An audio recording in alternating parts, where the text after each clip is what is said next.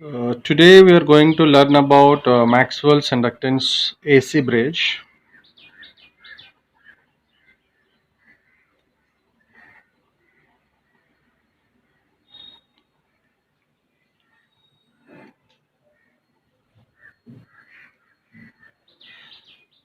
We'll draw first the circuit diagram.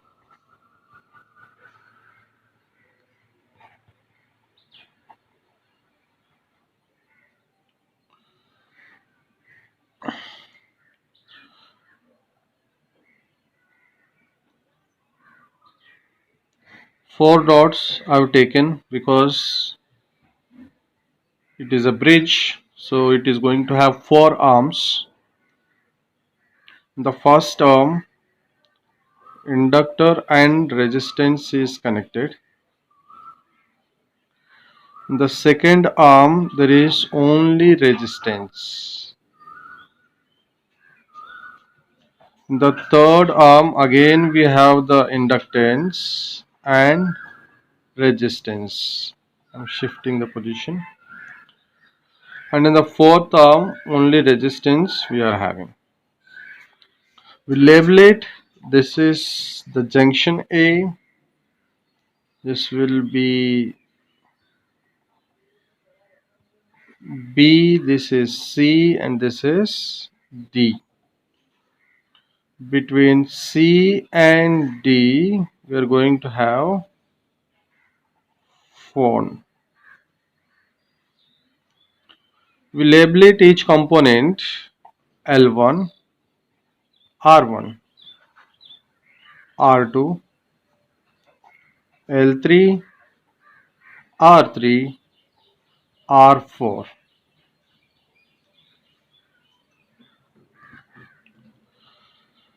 Now we'll apply the power supply. What kind of power supply we are using? We are going to use AC power supply. So what is AC power supply?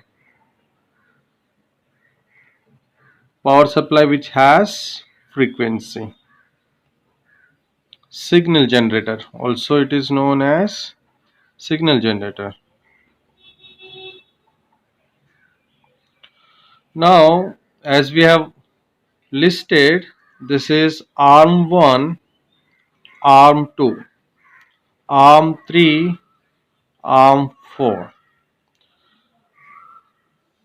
In this bridge, we need to find impedance in each arm. So for the first arm, let us suppose in the arm 1, let's call the impedance as Z1.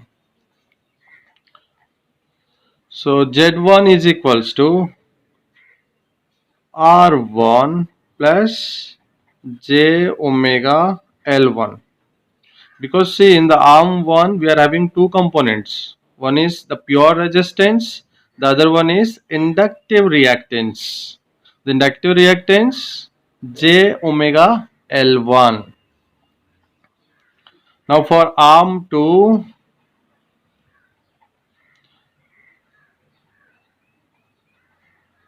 inductive reactance is 0 because there is only one component, so it's a pure resistance.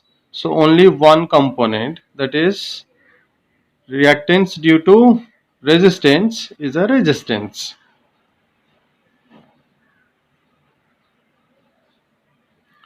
Now for arm 3, Z3 is equals to, see here two components are there, L and R, that is L3 and R3. So we have to take impedance of both together. So this will give you R3 plus J omega L3. Got it? Similarly, we are going to write Z4. Z4 is equals to, alone it is R, but the label is R4. So this is the fourth resistance. So we got four components for impedance in all four arms. Now what we will do, we'll apply the AC balance condition. So AC balance condition is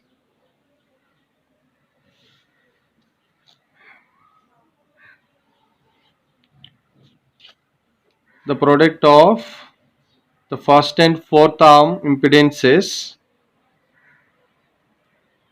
that is Z1 Z4 is equals to Z2 Z3. So Z1 is R1 plus J omega L1, Z4 is only R4 is equals to R2 R3 plus J omega L3. Very good. We can rearrange this as R1 R4 plus J omega L1 R4 is equals to R2 R3 plus J omega L3 R2. Now we can equalize imaginary parts and real parts. Equate imaginary and real parts. What we are going to get from both sides, R1 R4 equals to R2 R3. From here we will get R2 upon R4 is equals to R1 upon R3.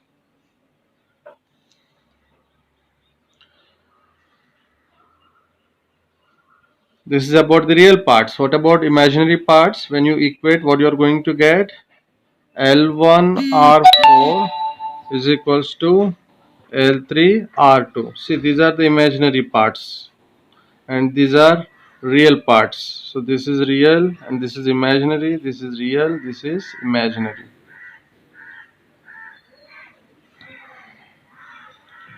From this we are going to get L1 upon L3 is equals to R2 upon R4.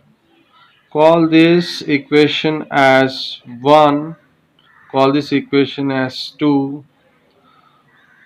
From 1 and 2,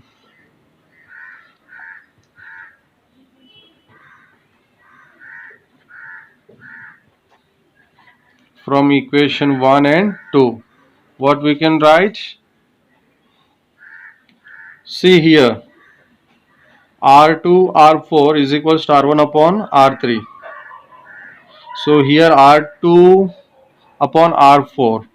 So what we can write, L1 upon L3 is equals to R2 upon R4 is equals to R1 upon R3. So here, if you know any three resistances, any two resistances and one inductor,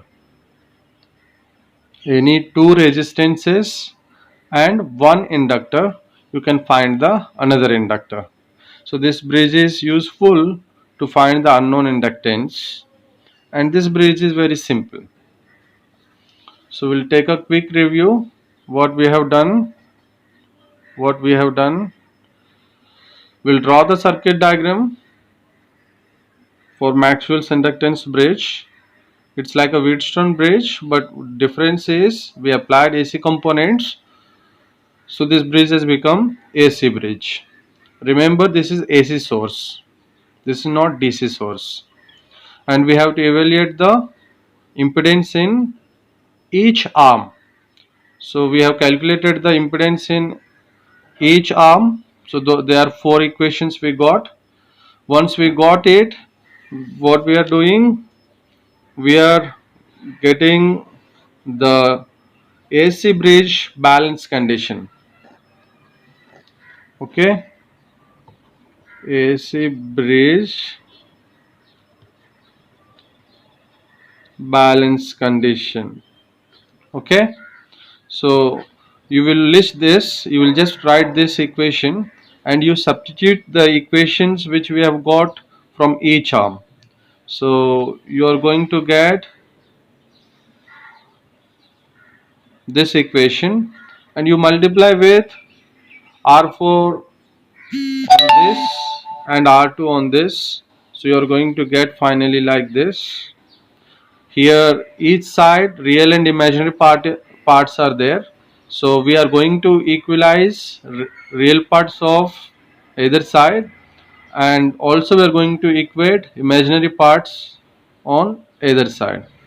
So on equating first the real parts, we are going to get this condition. From this we can rearrange to get another equation called R2 upon R4 equal to R1 upon R3. From the imaginary parts, when you equate, you are going to get this equation L1 R4 equal to L3 R2. From that rearranging, you are going to get this final condition. Now you check out this equation 1 and 2.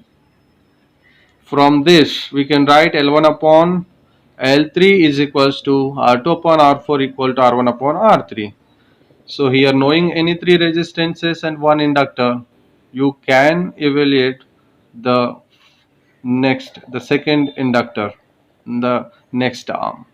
So that is the use of Maxwell's inductance bridge.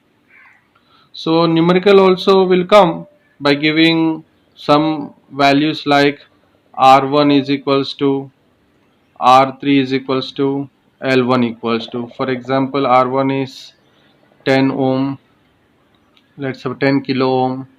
R3 is 10 kilo ohm, let us suppose. L1 is 1 millihenry. Then what is L3? What is L3? You just put it. L3 equals to what you are going to get.